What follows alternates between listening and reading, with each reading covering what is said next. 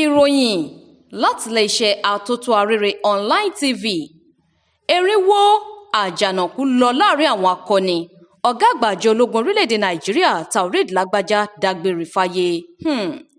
Ọ̀gá àgbà àjọ ológun orílẹ̀-èdè Nàìjíríà Ọ̀gágun Taoreed Lagbaja ló ti ṣe bẹ́ẹ̀ kí dúníyàn kó dìgbà ó ṣe lẹ́ni ọdún mẹ́rìndínlọ́gọ́ta lẹ́yìn tí àìsàn kan tí wọn kò fi léde tó bá wọ̀yá àjà gẹ́gẹ́ bí atótó arére online tv ṣe rí gbọ́. Olóògbé ọ̀hún ni ààrẹ Bọ́lá Tinubu yàn sípò ọ̀gá àgbà àjọ ológun orílẹ̀-èdè Nàìjíríà lọ́jọ́ 19 oṣù kẹfà ọdún 2023.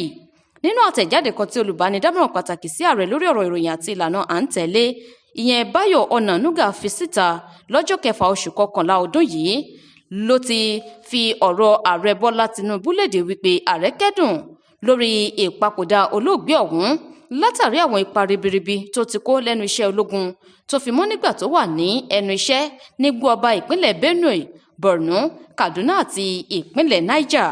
Àbí olóògbé Lágbájá lọ́jọ́ 28 oṣù kejì ọdún 1968 tó sì gba ipò ọ̀gá àgbà àjọ ológun lọ́jọ́ 29 oṣù kẹfà ọdún 2023 látọwọ́ ààrẹ Bọ́lá Tinubu.